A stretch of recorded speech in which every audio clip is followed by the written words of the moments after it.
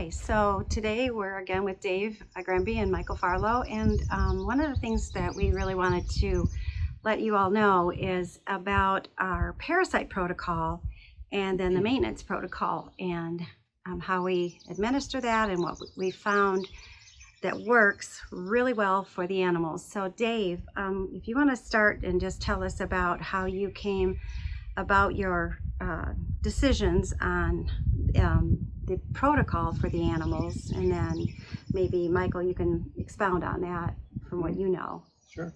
Okay.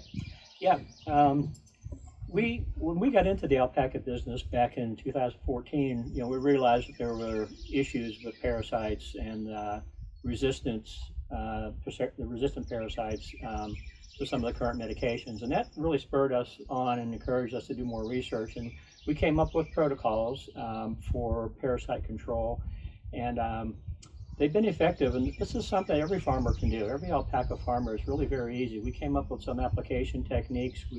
Our protocol calls for the easiest way to do it is ingestion, putting the essential oils in the grain with the animals.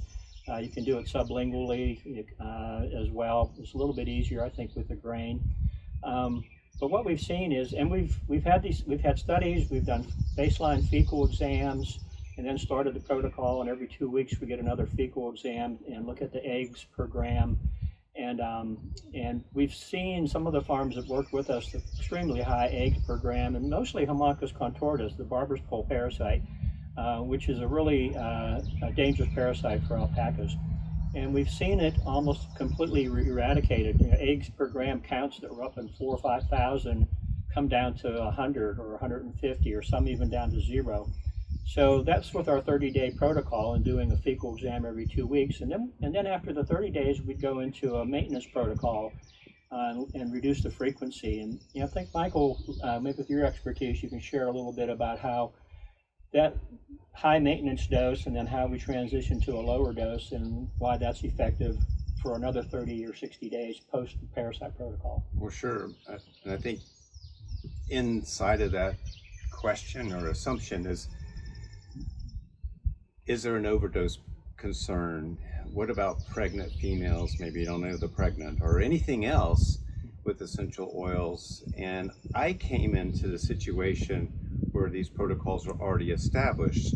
So to be frank with you, I didn't really know anything about alpacas, but in catching up and doing a lot of literature research, it becomes very clear and very consistent across all the research, and that is parasites are very susceptible to treatment with the right protocol using essential oils, meaning it really works well, but that's not a mystery when you actually consider the natural science behind it.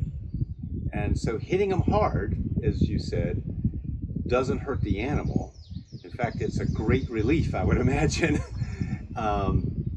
And once that's done and you bring the dose down, the question becomes what dose is effective for management.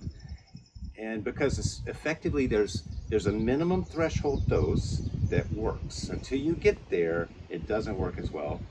And once you do, it works extremely well. And so by finding that delicate place, you can manage an animal or a lot of animals very cost effectively. And the mechanism of that is the same as the original treatment. It's simply that the big dose at the front is non-toxic, so the small dose management later on is very non-toxic, but effective. So the mechanism again is these parasites are just plain super sensitive to the right essential oils. And when I showed up on the team, you guys had written the book for the protocols on how to manage that. So that contains all the treatment protocols. The other thing we've learned is, in addition to the ongoing therapeutic benefit of controlling parasites, that post-parasite protocol actually helps develop the immune system for the animals too. This works at the cellular level, and it gives the animal a healthy immune system to fight off low loads of parasite on its own. Yeah, and not the least of which is that they're not stressed anymore. Exactly.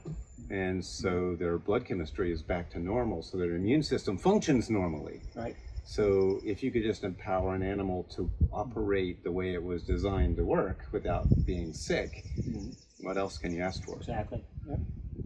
Great. Thanks, guys. Appreciate all your knowledge and effort that you put into helping get this out to the people so they can help understand more how essential oils work and help them feel more comfortable in using them. So thank you very much, and thanks for joining us on this video. Bye-bye. Thank you.